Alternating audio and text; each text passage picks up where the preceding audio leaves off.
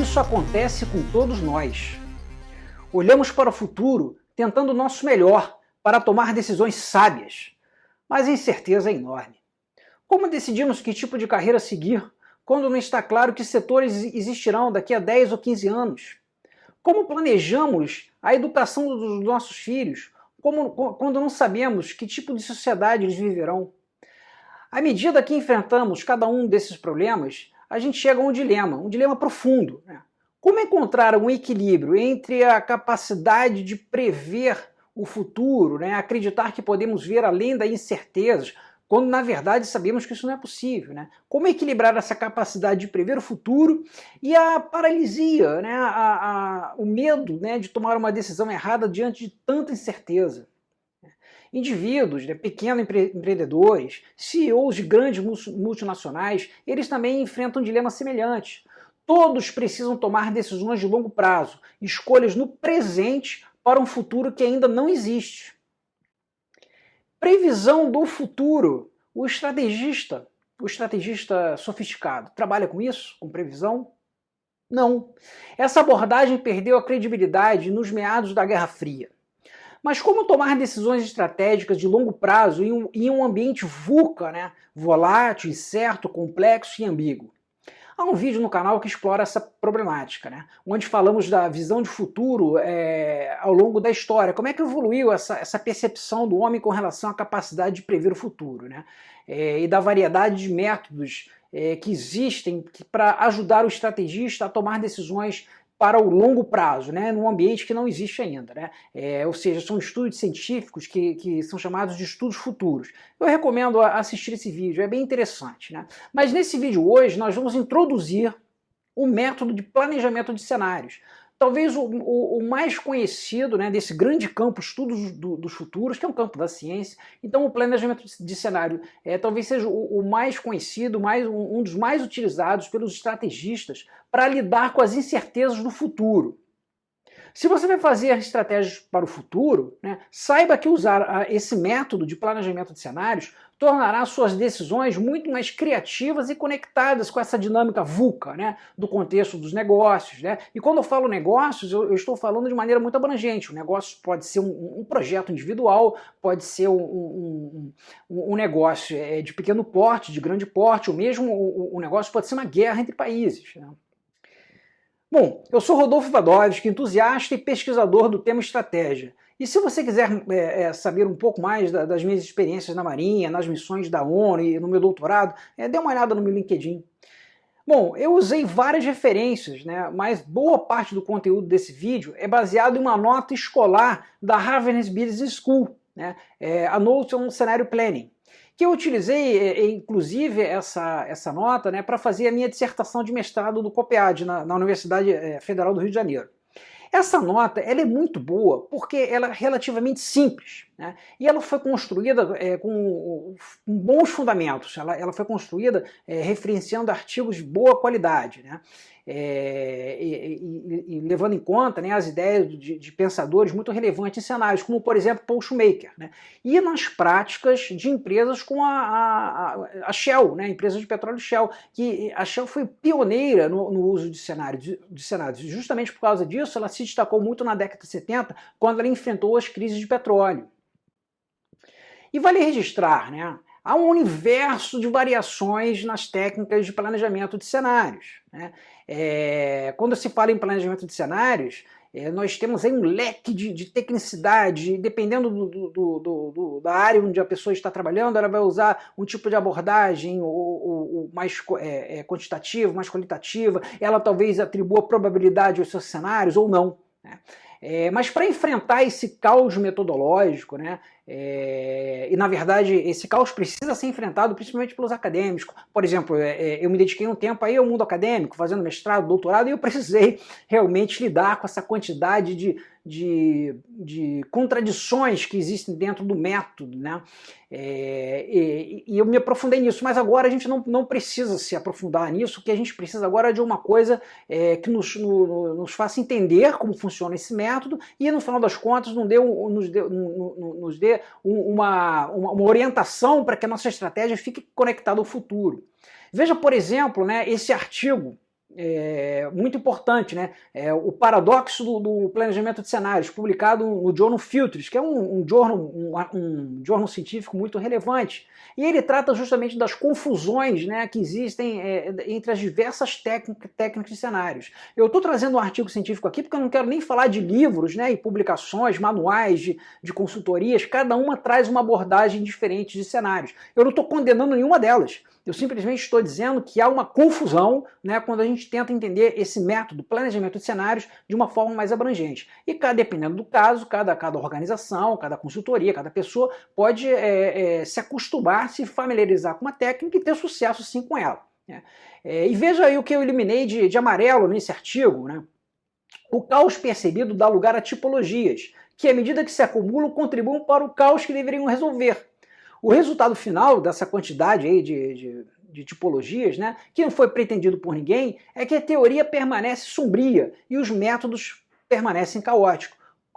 Ou seja, quanto mais as pessoas vão propondo novos métodos, mais o método de planejamento de cenário vai ficando confuso. Mas, na verdade, esse vídeo de hoje, a gente vai... não vamos entrar nessa confusão. Eu alerto isso simplesmente porque talvez algum de vocês tenha contato com alguma organização, alguma consultoria que faça planejamento de cenários e vão notar pequenas diferenças. Né? Essas diferenças, elas são inevitáveis. E aqui a gente vai focar num artigo que eu considero relevante, fundamentado e simples, né, para que tenha uso prático.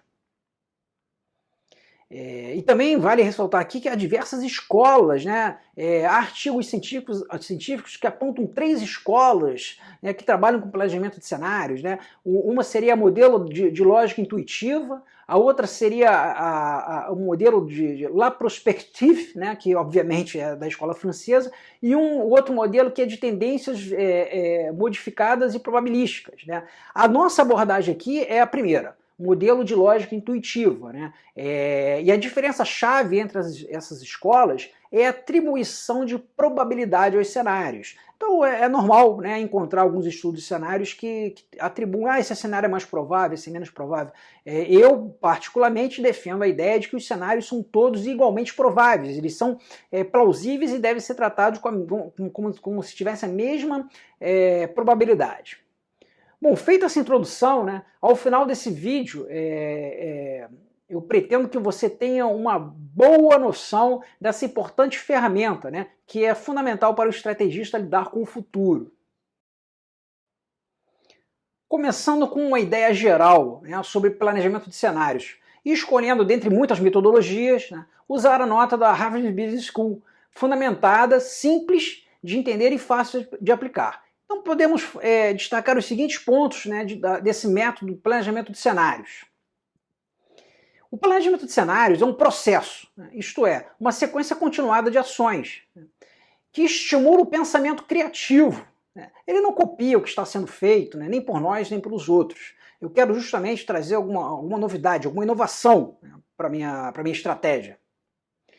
E ele tem o objetivo de melhorar, né, a preparação de qualquer organização para o futuro, né, porque as decisões, as escolhas, elas são tomadas hoje e elas vão ser vivenciadas amanhã.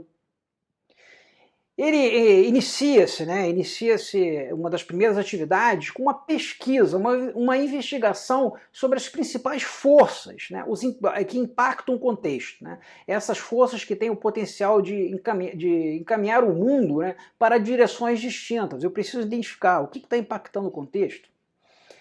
Mapeia-se, né, um pequeno número de possíveis futuros alternativos, né, chamados cenários. Esses futuros alternativos, eles têm que ter alguma plausibilidade, eles têm que ter alguma coerência lógica com um possível desenrolar a partir do momento presente. Criam-se narrativas, né, para descrever esses futuros plausíveis. Né? São histórias mesmas que têm que ser criadas, né, dentro de um encadeamento lógico de raciocínio. E desenvolve-se em seguida algumas opções. Né? Essas opções elas são realmente a parte mais rica, né, desse método de planejamento de cenários, porque aí a sua organização ela vai estar apta a lidar, né, com esses possíveis futuros. Né? A partir desses possíveis futuros eu tenho já na manga algumas opções estratégicas. Esse processo, né, o planejamento com cenários, ele pode ser entendido como uma forma de ensaiar, né, de ensaiar o futuro para evitar surpresas. E também de evitar, né, de fugir dessa ilusão da certeza, fugir dessa ideia de que é possível prever o futuro. No planejamento por cenários, a palavra-chave é imprevisibilidade, né? O propósito desse exercício não é chegar a uma previsão, né, porque a gente sabe que talvez a única certeza seja que o que a gente previu não vai ser exatamente daquele jeito. O que se deseja é visualizar múltiplas possibilidades, né, e pensar acerca da nossa preparação, né, para lidar com essa miríade de possíveis desdobramentos futuros. Também ajuda a pensar, né, como se pode buscar mover o mundo na direção que a gente tem, que a gente gostaria que ele fosse, né? E quando eu falo mover o mundo, aí vai depender da escala da minha organização. Se eu sou um pequeno empreendedor, quando eu falo mundo, é mover o mundo ali que está à minha volta, as pessoas que estão atuando ali muito próximo de mim, os competidores, os parceiros, né, os meus colaboradores, etc. Agora, se eu sou um país e tenho um poder, eu posso sim fazer um exercício de planejamento de cenários para poder trabalhar com o futuro e tentar tomar ações para influenciar essas tendências e essas incertezas. E como se compara, né, o planejamento de cenários com o planejamento tradicional? E quando eu falo planejamento tradicional, é um planejamento já bem antigo, né, aquele lá derivado da Segunda Guerra Mundial, da Guerra Fria, onde o paradigma era previsibilidade, né, a ideia de que o poder computacional, né, que os métodos quantitativos fossem capazes de prever tudo, né? E ao contrário disso, o planejamento por cenários, né, ele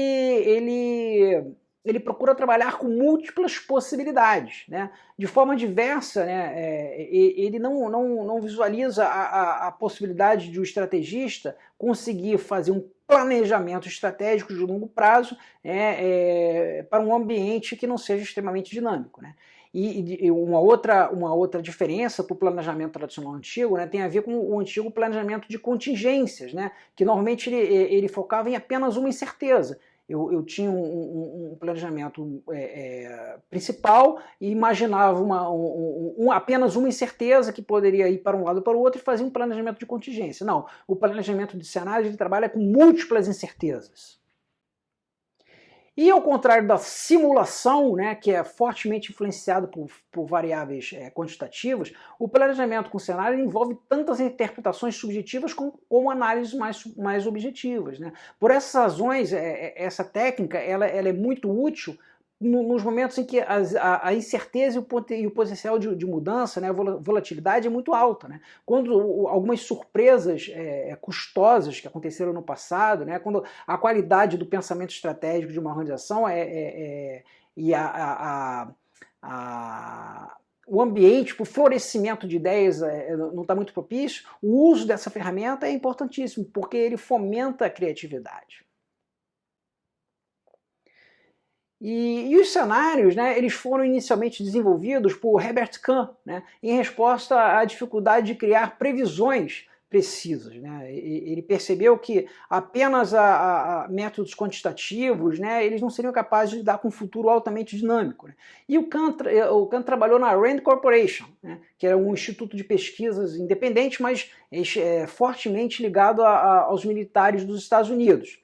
E ele começou a desenvolver cenários, né, como para o comando de sistemas de defesa de mísseis da Força Aérea Americana, né? Ou seja, um tipo de trabalho que lidava com um futuro extremamente complexo e dinâmico, né? A ideia era ter um sistema de defesa contra um possível ataque de mísseis da União Soviética. E no início da década de 70, né, esse método ele foi adaptado para o ambiente civil, para o ambiente comercial e ficou popularizado, né, pela Shell, que procurava métodos para lidar melhor com as mudanças constantes do preço de petróleo. E ela se posicionou muito bem na década de 70 justamente para poder lidar com aquelas crises gravíssimas que aconteceram com o preço do petróleo. E desde esse momento, várias empresas em diferentes setores utilizaram cenários para esses propósitos, né, de lidar com as incertezas futuras, né, e buscavam um modo de fornecer informações, né, para o processo de planejamento estratégico. Ou seja, o estudo de cenários, o final desse estudo dos cenários, ele enriquecia o processo de decisões sobre, por exemplo, investimentos, né, e também para guiar a análise sobre movimentos competitivos no mercado, como, por exemplo, a extensão de linhas de produto, a entrada em novos mercados, a formação de alianças ou joint ventures. E a área de planejamento de cenários ela é muito ampla, né? E ela inclui diversos setores e atividades. Vamos citar aqui alguns. Por exemplo, gestão de crises, né? Como exercício de defesa civil, né? Podem ser feitos cenários e também simulações sobre situações extremas, né? Para que se possa projetar e testar sistemas e equipamentos e aumentar a preparação e a capacidade de resposta para essas crises. Políticas públicas, né? Trabalhos interagências podem ser feitos com equipes de pessoas diversificadas, com várias opiniões, para poder subsidiar decisões estratégicas de longo prazo, né? No setor de defesa isso é muito comum, mas não apenas. No setor elétrico, por exemplo, né? A questão toda de energia, o setor econômico, transporte, agricultura, enfim, tudo que envolve decisões de longo prazo pode se beneficiar do planejamento de cenários.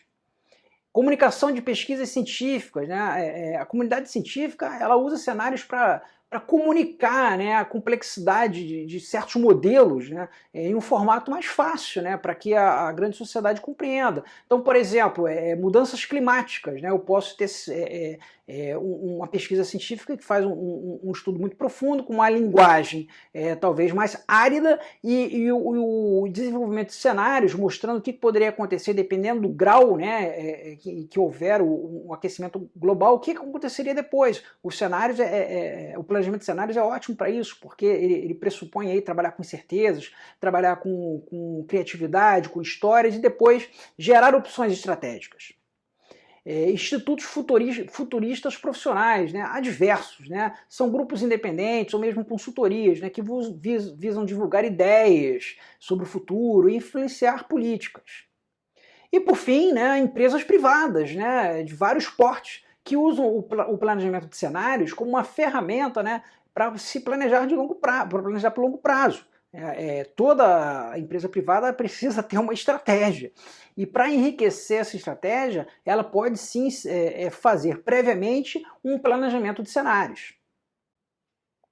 Quando o estrategista quer enriquecer a construção de sua estratégia, considerando aspectos futuros, ele tem à sua disposição um campo da ciência chamado estudos dos futuros, future studies, no plural mesmo, estudos dos futuros, porque são vários estudos de vários futuros.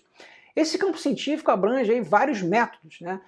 Tem um vídeo do canal que fala justamente sobre esse campo da ciência, como é que ele ajuda o estrategista. O link está aí na descrição do vídeo, né? E o método de planejamento de cenários é apenas um dos métodos desse campo científico. Se fizermos uma matriz, né, com a incerteza no eixo vertical, em Y, né, e a capacidade de controle em X, essa capacidade de controle seria quanto que a minha organização pode influenciar aquela determinada temática, né? E a gente colocar aí nesse eixo vertical a incerteza alta, né, para cima e baixa para baixo, e no eixo X, no eixo horizontal, um ambiente menos controlável para a direita e mais controlável para a direita, mais controlável para a esquerda, podemos ver, né, as abordagens para pensar estrategicamente em cada um desses setores, né? Veja, por exemplo, se a incerteza é baixa e eu tenho um ambiente mais controlável, o controle é ótimo, não há muito o que se preocupar. Se eu tenho uma incerteza alta, né, aí para cima do eixo Y, e o ambiente é controlável, né, se eu consigo controlar todas as mudanças, apesar de elas serem certas, eu faço uma gestão adaptativa. Tem muito poder, as mudanças são pequenas, eu vou controlando aquilo. Aí embaixo à direita, né, se eu tenho um ambiente pouco controlável, mas a incerteza é baixa, eu procuro fazer algum tipo de seguro, de proteção, né, para poder me prevenir dessas incertezas que talvez não sejam muito grandes. Mas se eu combinar aí alta incerteza né, com um ambiente pouco controlável e eu quiser trabalhar estrategicamente isso, a ferramenta de planejamento de cenários, em inglês é Scenario Planning, ela é muito adequada. Fechando rapidamente essa parte introdutória, o que deve ficar em mente, né, por hora é o seguinte: o método de planejamento de cenários é um dentre vários métodos que ajudam o estrategista a lidar com o futuro. Ele considera múltiplos futuros. O método também trabalha com múltiplas incertezas, e não apenas uma, como no planejamento de contingências. O método de planejamento de cenários, né, ele considera ferramentas qualitativas e quantitativas, né, cabendo ressaltar aqui que os registros indicam que as ferramentas qualitativas elas são mais utilizadas, né, o aspecto subjetivo do método de planejamento de cenários é muito forte. E o método de planejamento de cenários, né, ele tem como objetivo aumentar as opções estratégicas de uma organização, né? Esse aumento, né, da percepção, né, das opções estratégicas é uma grande vantagem competitiva. A ferramenta de planejamento de cenários ela envolve vários elementos ou componentes que juntos formam uma visão composta e multifacetada do futuro. Vamos agora conhecer 8 conceitos fundamentais para começar a entender esse importante método que ajuda o estrategista a lidar com o futuro. Eu vou me basear na valiosa nota escolar da Harvard Business School e afirmo que ela é valiosa porque não é fácil navegar, né, na imensidão de nomes e técnicas que encontramos, né, quando vamos falar de planejamento de cenários. Né. Existem diversas metodologias, né, é um caos metodológico, né, a expressão que a gente vê em alguns artigos científicos. Né. Então essa nota da Harvard Business School ela é simples, né, ela é direta, ela é baseada em ótimos artigos científicos sobre o tema, por isso a gente vai focar nela. Eu não deixo aqui de destacar que há outros conceitos, sim, né, mas vamos ter que escolher uma referência. Eu acho que essa é uma boa referência. O problema-chave. Todo exercício de planejamento de cenários, é isso, é um exercício, envolve várias pessoas, envolve um processo, né, um trabalho. Eles são construídos tendo como centro, né, de todo esse trabalho a escolha, né, de um problema-chave. Isso é fundamental. Em geral, esse problema é alguma decisão, né, que a organização, o indivíduo vai ter que tomar uma decisão significativa, né, que tem um escopo de longo prazo, ou algum tipo de incerteza estratégica que terá importantes implicações na organização. Então, o escopo, né, a abrangência desse trabalho, até onde eu vou estudar, né, bem como o horizonte temporal, quantos anos? 3 anos, 10, 20 anos? Né? Isso tudo tem que estar muito bem definido, claramente identificado. Muitos dos problemas-chave eles podem ser escritos em forma de pergunta. Exemplos. Deveríamos construir uma unidade de pesquisas na Índia nos próximos 5 anos? Outro exemplo. Qual é o futuro dos profissionais liberais do nosso país ao longo dos próximos 10 anos? Um outro conceito importantíssimo, né? Forças de mudança. A pesquisa é uma parte importante do planejamento de cenários, né? A investigação do que está acontecendo no contexto. Normalmente ela demanda entrevistar, né, os stakeholders, né? Ou seja, aquelas partes principais, né? Tanto internamente da organização quanto externamente, como clientes, competidores, fornecedores, agentes do governo, né? Bem como pessoas extraordinárias, né? Extraordinárias no sentido de serem grandes especialistas dentro daquela temática que eu estou investigando, né? Essa diversidade de pessoas trabalhando ali para identificar essas forças de mudança, isso é muito importante, né? E essas forças de mudanças, elas normalmente são classificadas em 2 tipos. As tendências, que são aquelas forças que são mais ou menos conhecidas, a direção delas, e as incertezas, que são, o próprio nome diz, não se sabe qual vai ser a direção que ela vai impactar o contexto. E essa pesquisa, ela tem como objetivo, né, realmente identificar essas incertezas, essas tendências, né, que vão afetar, que vão influenciar o quê? O problema-chave, né, que eu identifiquei no primeiro passo, no primeiro conceito que eu apresentei. Dentre essas principais forças de mudanças, né, que podem ser tanto tendências quanto incertezas, normalmente elas são classificadas por grupo, né, elas são agrupadas por semelhança. Então, exemplo de agrupamento para facilitar a análise, né, são forças políticas, né, por exemplo, mudanças no panorama eleitoral, normas tributárias, regulação do ambiente jurídico, né, forças na área social, mudanças na população, na demografia, estilos de vida, né, demandas dos consumidores, valores sociais, forças no campo econômico, né, mudanças nos fluxos de comércio internacional, o valor do câmbio, né, setores econômicos que podem estar em mutação, e forças na área, dentro do aspecto tecnológico, né, mudanças de hardware, de software, né, dispositivos de comunicação, por exemplo. E essa tabela é uma representação do que seria a organização dessas diversas forças dentro de cada uma dessas categorias. Então teria as forças de mudanças, né? Forças políticas de 1 a 6, forças econômicas de 1 a 3 e assim por diante. É um primeiro passo que eu dou, né, para poder ter a visualização das forças que estão impactando o meu ambiente, né, e vão influenciar o meu problema-chave. Em cada caso, as forças de mudanças elas são divididas em duas categorias, né? Como eu disse, as tendências, que são predeterminadas, e as incertezas. As tendências são virtualmente inevitáveis, né? É improvável que mudem radicalmente ao longo do horizonte de tempo que eu estou trabalhando, né?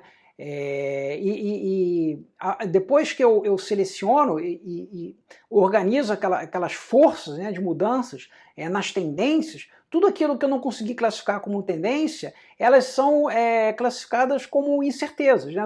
São aquelas que eu não consigo predeterminar em que direção elas vão impactar o meu ambiente, impactar o meu problema-chave. E incertezas críticas é um terceiro conceito importante, né? Algumas dessas incertezas, né, que foram levantadas, elas são mais importantes do que outras, né? As forças de mudanças, ainda incertas, que são mais prováveis de definir ou alterar de modo significativo, né, a forma como o futuro se desdobra e impacta no problema-chave, elas são definidas como incertezas críticas. Eu selecionei as incertezas e dentro daquelas incertezas eu procuro separar as incertezas críticas. Realmente são as incertezas que vão ter a maior influência, né, no meu problema-chave. E o quarto conceito é que cada uma. O quarto conceito tem a ver com a estrutura do cenário. Cada incerteza crítica era colocada no eixo único, né, com os extremos dessa incerteza colocados de forma diametral, né, opostamente ao centro, né. Os dois eixos, então, eles são combinados para formar uma matriz 2x2 com 4 diferentes quadrantes, né, com incertezas ou futuros a serem explorados. O objetivo é terminar com poucos ambientes, né? No caso aí da matriz 2x2 são quatro ambientes, né? Porém, como as incertezas que foram selecionadas são aquelas incertezas críticas, né? E a gente está trabalhando justamente com os extremos de cada uma dessas incertezas, né? No caso, por exemplo, aí, no eixo horizontal, incerteza crítica 1, para a esquerda ela é a mais baixa possível, para a direita ela é a mais alta possível, né? No eixo vertical a mesma coisa, com a incerteza crítica 2. Então, em cada um desses quadrantes, eu vou combinar, né, de modo que eu tenha ambientes, que eu tenha cenários o mais divergentes possível, justamente para eu poder aumentar as minhas opções estratégicas. O quinto conceito, né, do planejamento de cenários é o próprio conceito de cenários, né, já mais específico aí dentro do método.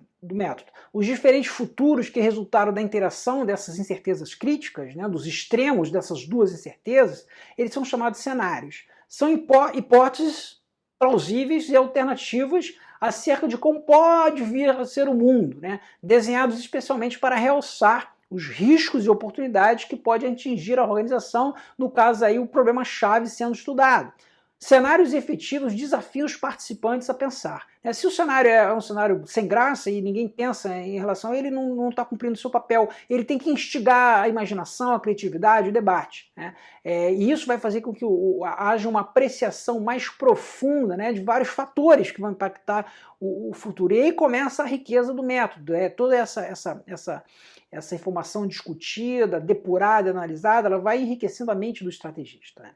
E é importantíssimo ressaltar que não existem cenários certos, cenários errados, cenários bons, cenários bonzinhos ou malzinhos, né? Bons existem, bons cenários bem feitos e cenários mal feitos, mas não existe cenário que seja melhor ou pior, né? O que existe, né, são futuros plausíveis e, se possível, divergentes entre si, para facilitar a análise estratégica. O sexto conceito, né, importante se entender dentro do método de planejamento de cenários, é o conceito de narrativas. Cada um desses cenários ele vai ser tangibilizado, ele vai começar a criar, ele vai criar vida através de uma história que vai ser criada. Essas histórias, elas devem ter uma lógica, uma lógica coerente e consistente. Então o que acontece? O pessoal que está trabalhando com cenários, eles têm que escrever, né, um enredo persuasivo, né, de preferência até surpreendente para chamar a atenção das pessoas e suscitar o debate. E eles têm que ir além do convencional, quebrando estereótipos, né, pensando de forma diferente. Ao mesmo tempo também não adianta parecer ficção científica, porque aí ele perde credibilidade. Essas narrativas, né, elas têm que possuir um fio condutor, né, que justifique, né, por que o pessoal que escreveu aquilo acredita que aquele cenário se desenrolou desde o presente até o futuro. O sétimo conceito que deve ser conhecido é o conceito de implicações, né? Uma vez criadas essas narrativas, os participantes retornam ao problema-chave, né, e contextualizam para a sua organização. A organização é o cliente desse trabalho de planejamento de cenários, né? Em cada um dos 4 cenários, eles vão explorar quais são as implicações. Aquela historinha que eu criei, o que aquilo ali significaria para a minha organização? Quais são as implicações para aquilo? Essa análise, ela resulta, né, da identificação de forças da organização. A organização está preparada para aquilo? Por exemplo, a Shell, quando fez um planejamento de cenários, identificou uma subida absurda de preço. Será que ela estava preparada para aquilo? E se aquilo acontecer, o que ela teria que fazer? Né? Forças, vulnerabilidades, né? E aquilo induz a criação de estratégias alternativas e opções, né? Para lidar com todos esses problemas. E o oitavo conceito, né, importantíssimo no planejamento de cenários, senão ele também termina perdendo a razão de ser, né, é a questão de primeiros sinais de alerta. Né? E são indicadores. Cada uma daquelas histórias, cada uma daqueles cenários, ele tem que, se o futuro, se o presente for caminhar para aquele futuro, alguns indícios vão acontecer no meio do caminho, né? E esses são os primeiros sinais de alerta. Né? Eles vão dando a indicação de que o futuro está indo para o cenário A, para o cenário B, para o cenário C. Né? Se esses indicadores forem bem selecionados, né, eles podem oferecer uma vantagem significativa com relação à competição, porque a empresa vai poder traçar estratégias, né, já pensando em futuros que tendem a acontecer. Possíveis exemplos aí de sinais de alerta são mudanças na regulamentação, né, projetos de lei sendo propostos no Congresso, resultados de processos judiciais reiterados, né, mudança de preço de commodities, né, como por exemplo o petróleo. Bastante informação neste, digamos assim, capítulo sobre cenários, né? Agora sabemos sobre os seguintes conceitos: problema-chave, forças de mudança, incertezas críticas, estrutura do cenário, cenários, as narrativas que cada cenário tem, as implicações que aqueles cenários podem gerar para a organização dentro do problema-chave e os primeiros sinais de alerta. Você agora precisa conhecer, né, uma metodologia, né, para fazer exercícios de cenários.